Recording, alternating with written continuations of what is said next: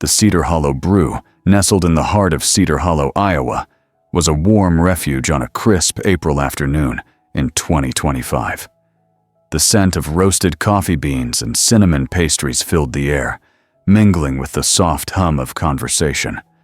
Wooden tables bore the scars of years, coffee rings, scratched initials, a history of small-town life etched into their grain.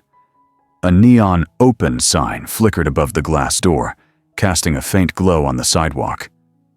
Eleanor Ellie Ramsey sat near the window, her wheelchair tucked neatly against a corner table, a spot she'd claimed for 3 years.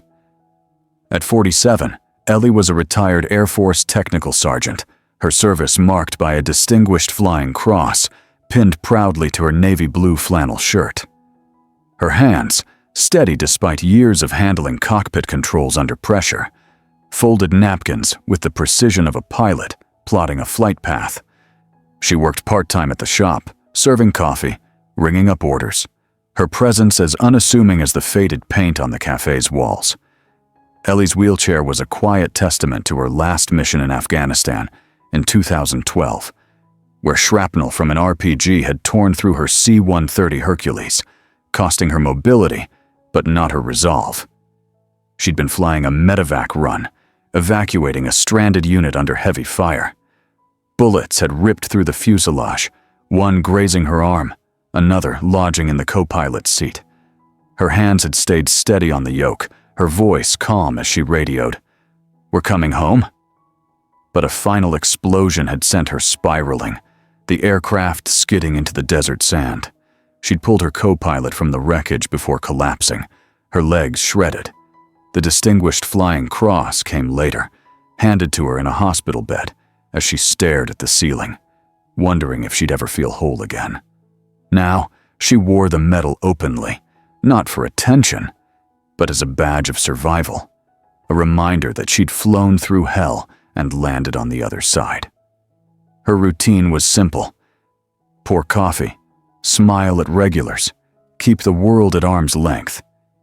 In her jacket pocket, a small photo of her squadron, smiling under a desert sky, arms slung around each other, lay folded, a relic she hadn't touched in months. The back bore a scrawled note from her co-pilot. "Ellie, you flew us through the storm. We owe you." Most days, Cedar Hollow was kind. Customers tipped generously. Some whispered, "Thank you for your service," their voices soft with reverence. Others avoided her gaze, unsure how to bridge the gap between their lives and hers. Ellie didn't mind. She wasn't here for pity or praise, just to keep moving, one pour at a time. But today, that rhythm would be tested, and the piece she'd carved out would shatter. The glass door swung open with a jingle, and 3 young men sauntered in, their sneakers scuffing the hardwood floor. Cody, Bryce, and Nate, all in their early 20s, wore hoodies and jeans, their voices loud with the confidence of youth.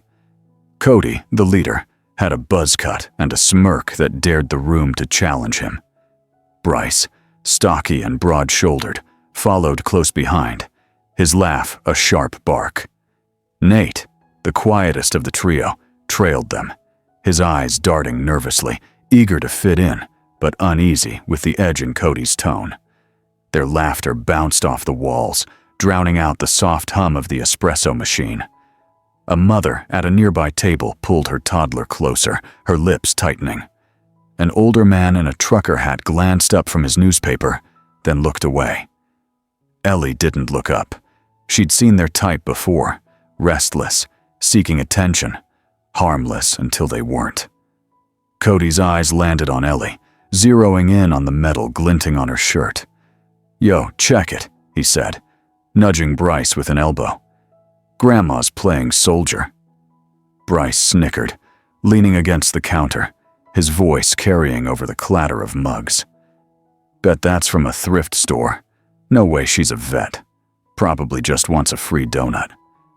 Nate, quieter but eager to impress, chimed in, his voice a half-hearted echo. "Yeah, women don't fly jets. Probably sat in some office filing reports."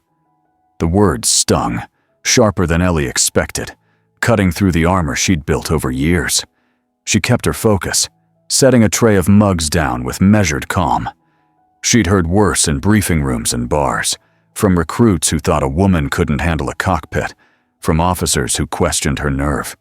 Insults didn't faze her then, but in a small town, where eyes darted away instead of meeting hers, they carried weight. Ellie wheeled over, her voice steady, her gray eyes meeting Cody's without flinching. "Can I get you gentlemen anything?" Cody grinned, leaning forward, his breath smelling faintly of energy drink. "Sure, hero. How about a latte? And tell us how you served." He air-quoted the word, his tone dripping with mockery, his smirk daring her to react. A couple at a nearby table shifted uncomfortably, the woman whispering to her husband, but they said nothing. The barista, a young woman named Lily, froze, her hands hovering over the cash register, her eyes wide with uncertainty. An older woman in a quilted jacket gripped her coffee mug tighter, her knuckles whitening, but she stayed silent. Ellie placed 3 menus on the counter, her movements precise, her face a mask of calm. "Special's a caramel macchiato. Let me know." She turned to wheel away, but Cody wasn't done. "Hold up," he called, stepping closer, his sneakers squeaking on the floor. "That metal real, or you just scamming for tips?" His voice was louder now, deliberate, drawing every eye in the shop. A teenager at the counter stopped mid-bite of a scone, staring. A man in a flannel shirt paused, his fork halfway to his mouth, then looked down at his plate. Ellie paused, her jaw tightening, a flicker of something, anger, hurt, crossing her face before she buried it. "It's real," she said, her tone flat but firm, the kind of voice that had once commanded a cockpit through enemy fire. Cody laughed, a harsh bark that echoed in the small space. "Prove it then? What did you do? File paperwork in some office?" Before Ellie could respond, he reached out, quick and brazen, and yanked the metal from her shirt. The pin tore through the fabric, leaving a jagged hole, the sound of ripping thread louder than it should have been in the quiet shop. He held it up, dangling it like a trophy, the ribbon swaying in the air. "Look, boys, we got a war hero." The shop fell silent, the air thick with tension. A mug slipped from Lily's hand, cracking on the counter, coffee pooling across the surface. The man in the trucker hat folded his newspaper with a rustle, his hands trembling slightly. But he didn't stand. The mother pulled her toddler onto her lap, her eyes darting to the door, as if calculating an escape. A young couple in matching Iowa State hoodies stared at their phones, their thumbs frozen mid-scroll. No one moved. Ellie's hands gripped the arms of her wheelchair, her knuckles white, but her face remained composed, her gray eyes locked on the metal in Cody's hand. She didn't reach for it. She didn't shout. But the air had shifted, heavy with the weight of violation. Cody tossed the metal onto the table, where it landed with a dull clink. The ribbon crumpled against the wood. "Should have stayed home, lady," he muttered, strutting back to his friends.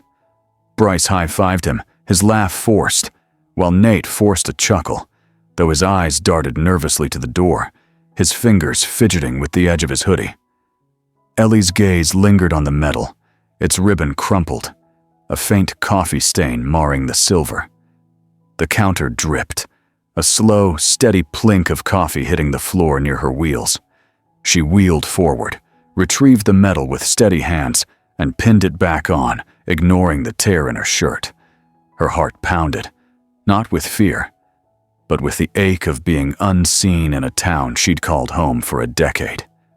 In 2012, she'd flown a C-130 through enemy fire to evacuate a stranded unit, her hand steady on the yoke as bullets tore through the fuselage. She remembered the heat, the smell of burning fuel, the screams of her crew as she fought to keep the plane aloft. "We're coming home," she'd said, her voice a lifeline in the chaos. She'd landed that plane, saved her crew, but lost her legs in the aftermath. Now, she couldn't get a stranger to hand her a napkin. The photo in her pocket felt heavier now, a tether to a time when her sacrifice meant something, when her squadron had looked at her with trust, not mockery. At a booth by the door, a teenage girl, Mia, whispered to her father, her voice barely audible over the hum of the espresso machine. "Dad, is she really a soldier?" Her father, a wiry man in a faded army jacket, glanced at Ellie. His name was Marcus Tate, a Gulf War veteran who'd seen his share of battles. Kuwait, 1991, where he'd driven a supply truck through a minefield to reach a cut-off platoon. He studied Ellie's mettle, her posture, the way her hands moved like they'd never known hesitation, the tear in her shirt, the coffee stain on her sleeve. He saw the weight in her eyes, the kind only a soldier would recognize. "She's more than that, Mia," he said softly, his voice rough with memory. "She's one of us." Without a word, he stood, walked to the door, and pulled out his phone, his fingers steady despite the tremor in his heart. Outside, the Iowa sky was turning golden, the town quiet in its midday lull, the faint hum of a tractor in the distance. "This is Tate," he said into the phone, his voice low but firm. "We've got a situation at Cedar Hollow Brew. One of ours needs backup. Send the team. Make it quick." Inside, Ellie sat still, her hands folded, her metal re-pinned but stained with coffee. The photo in her pocket pressed against her chest, a reminder of a time when respect wasn't a question, when her crew had called her Storm for her unshakable calm. She pulled it out now, her fingers trembling slightly as she unfolded it. The faces stared back, her co-pilot, grinning with a sunburned nose, her navigator, saluting with a mock seriousness, herself, younger, standing tall in her flight suit, the desert stretching endless behind them. She traced the note on the back. "Ellie, you flew us through the storm." And for a moment, she was back in that cockpit, the roar of engines drowning out the gunfire, her hands steady, her crew's lives in her grip. She folded it away, her jaw tightening. She wouldn't let Cody take that from her. Cody and his friends grew louder, ordering drinks and joking as if nothing had happened. Cody slammed a fist on the counter for attention, his voice booming. "Another latte, let's go!" Bryce sprawled across a booth, his legs stretched out, taking up space, his laugh grating on the room. "Bet she's never even seen a real plane," he said, loud enough for Ellie to hear. Nate scrolled through his phone, avoiding Ellie's corner, but his nervous chuckle betrayed him. "Yeah, probably just a desk jockey," he muttered, glancing at Cody for approval. A woman in a nurse's scrubs at a nearby table shook her head, her lips pressed into a thin line, but she didn't speak. A teenager in a hoodie snapped a photo of the group, whispering to his friend, "This is going viral." The shop's rhythm resumed, but it was fractured, the silence louder than the laughter, the air heavy with unspoken tension. 30 minutes later, the ground trembled. A low, rhythmic thud echoed through Cedar Hollow, rattling mugs on tables and shaking the neon sign, sending it flickering wildly. Customers looked up, confused, their conversations halting mid-sentence. "That's no truck," a man in a flannel shirt muttered, peering out the window, his coffee forgotten. From the sky, a dark shape descended, a Black Hawk helicopter, its blades slicing the air, kicking up dust and loose gravel as it landed in a field across from the coffee shop. The roar was deafening, a sound that demanded attention, the kind of noise that hadn't been heard in Cedar Hollow since a National Guard flyover a decade ago. Seconds later, 2 Air Force Humvees screeched to a halt outside, their doors emblazoned with the Air Force wings, their tires kicking up dirt that swirled in the afternoon light. The shop's door burst open, and 4 Air Force personnel stepped in, their uniforms crisp, their movements precise, a quiet storm of authority. Leading them was Major Carla Vance, a 40-year-old pilot with a silver star pinned to her chest, her dark hair pulled back in a tight bun, her eyes sharp as they scanned the room like a hawk locking onto prey. Behind her was Technical Sergeant Liam Harper, a young airman with a prosthetic arm, pushing an empty wheelchair, his face set with determination. Two others, a captain and a master sergeant, flanked them, their combat boots clicking in unison on the hardwood floor, their presence radiating a disciplined calm.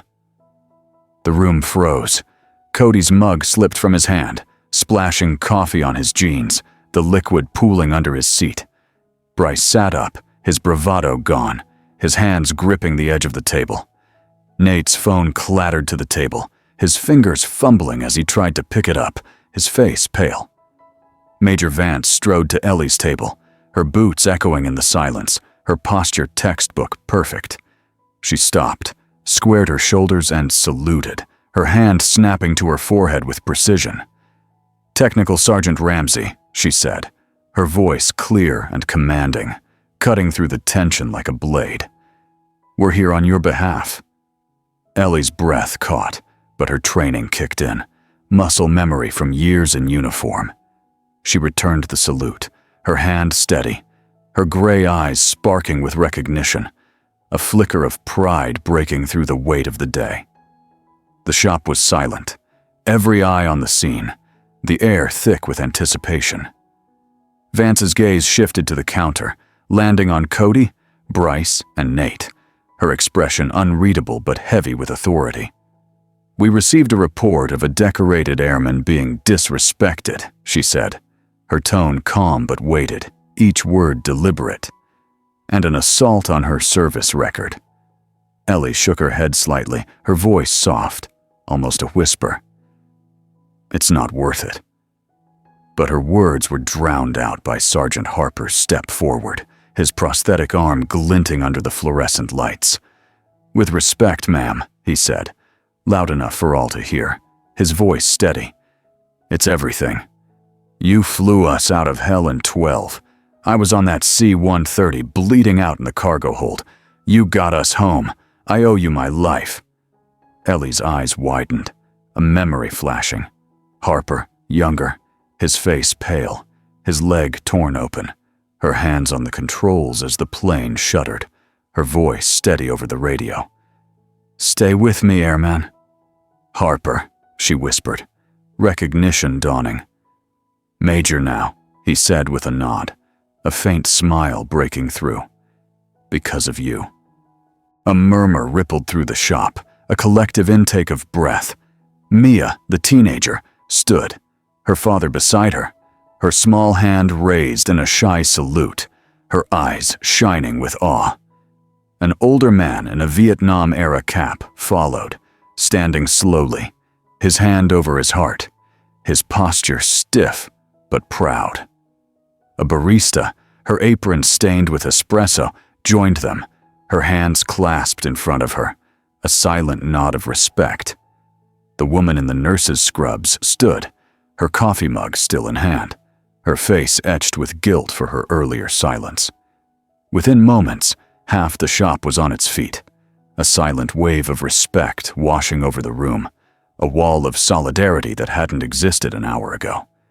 Cody shrank in his seat, his smirk gone, his hands fidgeting with the hem of his hoodie.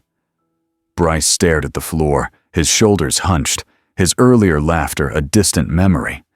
Nate's hands trembled, his phone forgotten, his eyes darting to the door, as if hoping for an escape. Vance turned to the group, her voice cutting through the silence like a blade. "You disrespected a hero who saved lives," she said, her words measured but heavy with authority. "You don't get to walk away from that." She nodded to the captain, who stepped outside, his radio crackling as he spoke. "We'll take this to the square," Vance said, her voice firm. "This isn't just about this cafe, it's about Cedar Hollow." The Air Force team escorted Cody, Bryce, and Nate outside, their movements precise, their presence a quiet command. Customers followed, drawn by curiosity and a growing sense of justice, spilling into the town square across the street, where the Black Hawk sat like a sentinel, its blade still, its shadow long in the afternoon sun. In the square, a small crowd gathered. Shopkeepers, farmers, teenagers on bikes, drawn by the helicopter's roar. Vance stood on a bench, her uniform stark against the backdrop of blooming spring trees, her voice carrying over the murmurs. "Technical Sergeant Ramsey flew through enemy fire to save lives," she said, her tone unwavering. "She doesn't ask for respect, she earned it. But today, 3 individuals thought they could take that from her." She gestured to Cody, Bryce, and Nate, who stood near the Humvees, their heads bowed, their earlier bravado stripped away. "This isn't about punishment," Vance continued. "It's about accountability. Cedar Hollow, what do you stand for?" The crowd shifted, a ripple of voices rising. A farmer in overalls stepped forward, his voice gruff. "We stand for respect." A high school teacher, her arms crossed, nodded. "For those who served." A group of teenagers, their bikes propped against a tree, raised their phones, filming, their whispers spreading the moment across social media. A young boy, barely 10, ran forward, placing a small American flag at Ellie's feet, his mother smiling through tears behind him. Ellie, who had wheeled into the square, looked down at the flag, her throat tight, her hands gripping the arms of her chair. She hadn't expected this. Not the crowd, not the flag, not the weight of a town's eyes on her, seeing her. Minutes later, a police cruiser pulled up, its lights off but its presence unmistakable. The officer approached Cody, his voice low but firm. "Let's talk, son." Cody didn't resist, his shoulders slumping as he followed, Bryce and Nate trailing behind, their heads down, their defiance gone. The crowd parted, their murmurs a mix of disapproval and hope. Hope that this moment would mean something more. The door of the cruiser closed, and the square exhaled, the tension breaking like a wave. Ellie remained in the square as the crowd dispersed, her metal gleaming under the fading light. She didn't speak, but her posture softened, as if a weight had lifted. Marcus Tate approached, offering a napkin, his hands rough from years of labor. "Should have spoken up sooner," he said, his voice thick with regret, his eyes red. Ellie took it, her fingers brushing his, a small connection that carried years of shared understanding. "You spoke up now," she said, her voice steady. "That's enough." The moment broke the dam. The woman in the nurse's scrubs nodded at Ellie, her earlier silence replaced by a quiet resolve. A truck driver removed his cap, his head bowed. The young couple with the toddler whispered thanks, their child waving a tiny hand. The shop wasn't loud, but it was alive, humming with a respect that hadn't been there an hour ago, a respect that spilled into the streets of Cedar Hollow. 2 weeks later, Cedar Hollow had transformed. The Cedar Hollow Brew was renamed Valor Cafe, its new sign painted in Air Force blue with the words, "Honor Served Daily," in bold white letters, a beacon on Main Street. A wall inside displayed photos of local veterans, some in uniform, others in civilian clothes, all with stories etched in their faces. Ellie's photo was there, her medal prominent, a quiet smile breaking through, her gray eyes softer now, reflecting a peace she hadn't felt in years. The table where Cody's group sat was now marked with a plaque, "Reserved for those who serve," a reminder of what had been lost and gained that day. Ellie still worked her shifts, her wheelchair gliding smoothly across the polished floor, her movements as precise as ever. Her medal was no longer hidden, and a small Air Force patch adorned her chair, a gift from Major Vance, its blue wings catching the light. Customers greeted her by name, some sharing stories of their own service, others simply listening, their eyes lingering on her medal with newfound respect. Lily, the barista, started wearing a tiny flag pin, asking Ellie about flight patterns between orders, her curiosity genuine. "How do you land in a sandstorm?" she'd ask, her hands pausing on the espresso machine. Ellie would smile, a rare, small smile, and answer, You trust your instruments and your gut. The manager, Tom, hired 3 veterans, a cook, a server, and a weekend cashier, each welcomed with a handshake and a nod, their presence filling the cafe with a quiet camaraderie. Every Tuesday at 1700 hours, the Humvees returned, their engines a familiar rumble on Main Street. Major Vance, Sergeant Harper, and the others sat with Ellie, sharing coffee and stories of missions past, the roar of engines, the weight of decisions, the bonds that outlasted war. Their laughter filled the cafe, a sound that drew smiles from strangers, a melody of resilience that echoed through Cedar Hollow. What began as a moment of cruelty had sparked something greater, a community reborn, a woman seen, a town reminded of what honor looked like. The town council, moved by the viral footage of the helicopter landing, shared thousands of times on platforms like X and TikTok, approved a memorial in the square. A bronze propeller, its blades polished to a gleam, stood on a granite base, inscribed, "To those who soared and those who stood." On its unveiling day, Cedar Hollow held its first Valor Day, a festival that drew hundreds. Children ran through the square, their faces painted with tiny blue wings, their laughter mingling with the sound of a high school band playing Sweet Caroline. Veterans marched in a small parade, their uniforms a mix of eras, Vietnam, Gulf War, Afghanistan, each step a testament to survival. Ellie, at the front, wheeled alongside them, her medal shining, a small American flag tucked into her chair, its colors faded but proud. A group of Girl Scouts presented her with a handmade banner. "Thank you, Storm Ramsey."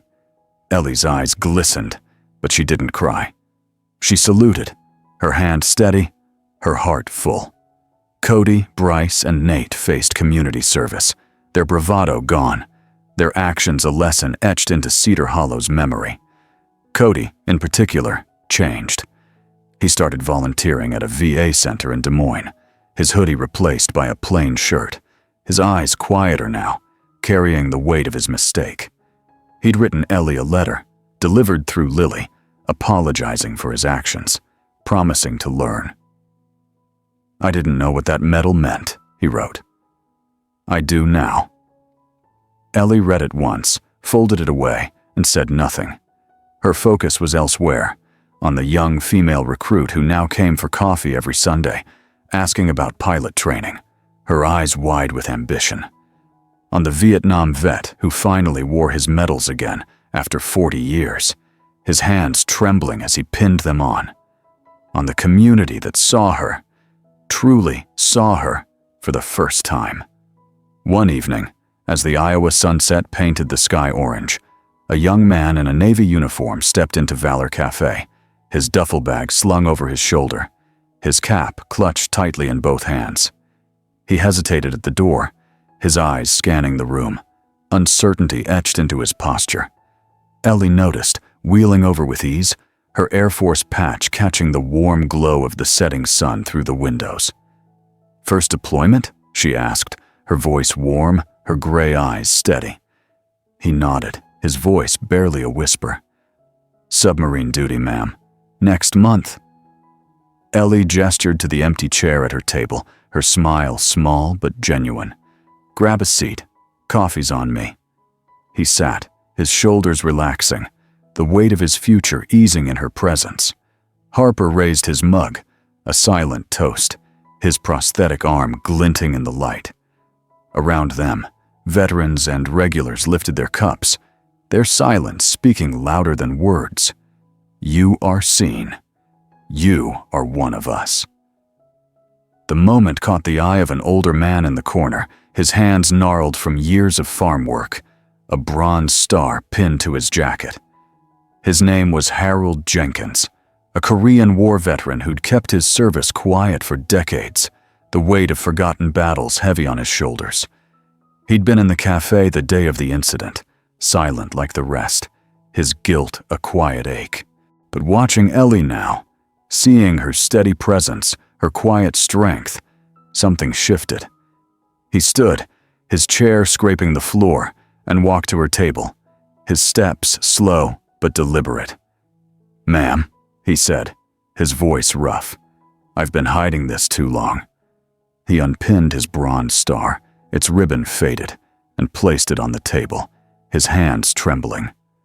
"You reminded me what it means to wear it." Ellie looked at the medal, then at Harold, her throat tight. "You've always been a hero, soldier," she said, her voice steady. "You just needed to remember." Harold's eyes glistened, a weight lifting after 70 years. He saluted, and Ellie returned it. A bridge across generations. A moment that rippled through the cafe, a reminder of the unseen valor in every quiet corner. Cedar Hollow wasn't perfect. Arguments flared, old habits lingered. But it was different. A cafe, a propeller, a nod from a stranger.